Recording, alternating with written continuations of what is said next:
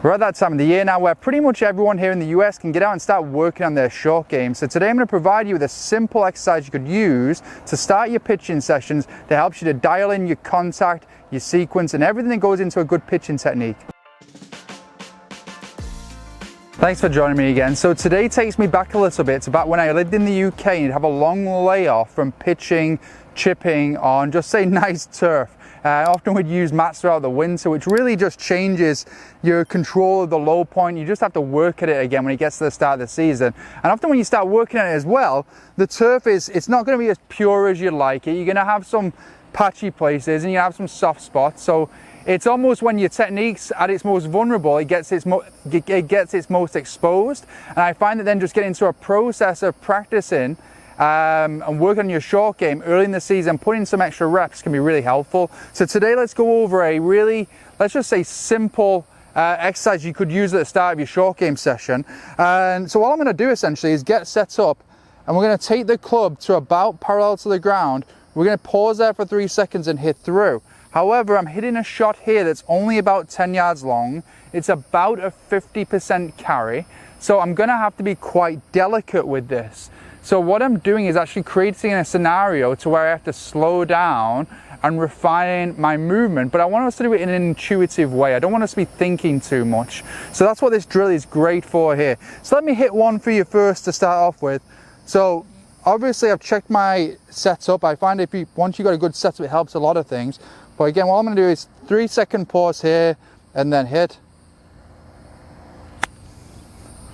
Okay, and that's pretty good there. I've actually, oh, it's holding. Couldn't get the hole in view actually with the camera today. I tried to do my best for you guys. But essentially here, I actually have the flag out. And the reason I have the flag out is because on a shot like this, on the course I'd want to hole it. So why not now create that intent here on the practice area?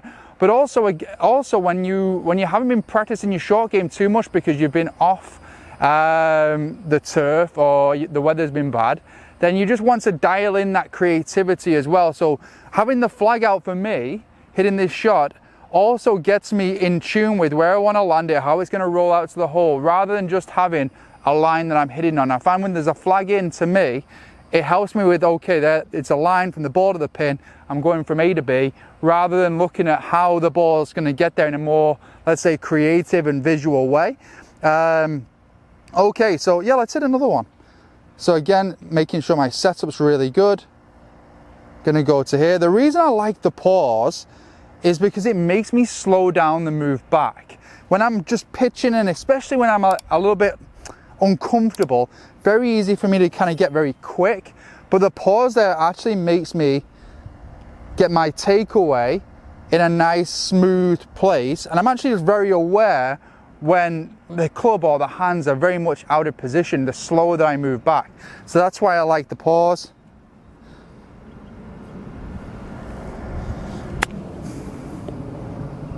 Good one there. The other reason I like the pause is because it then allows me to be more aware of how I'm starting the downswing in my pitching technique. So for pitching, being very different to full swing in that it's going to be more finesse, more club face oriented or just club head oriented. We don't have to have that dynamic motion where the lower body starts first in the downswing.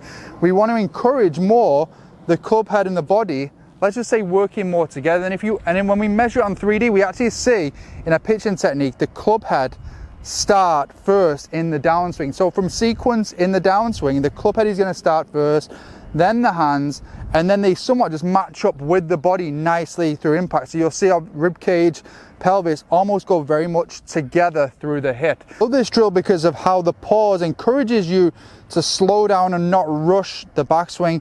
And then in the same way, it encourages a little bit more awareness of the sequence in the downswing. Then the third thing I really like about this drill is because if you have a little space, as you've noticed I've been doing inside the ball, to just kind of dial the feels, it's actually quite an intuitive drill. And even though I'm talking to you now, I'm still very much focused on what I want the ball to do out there. So let's go in again. It's almost a drill you can kind of get lost in as well. So you can almost go to the chipping area and dump a nice bunch of balls and stay here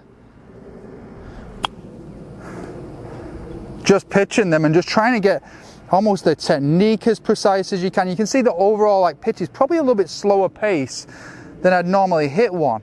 I've also got a slightly lighter grip pressure just to help me to really get a sense of the weight of the club in that move down.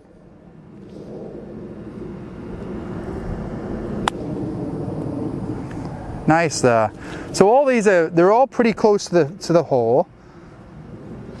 I'm going to start just really now, before I hit, just taking a good look at where I want it to land.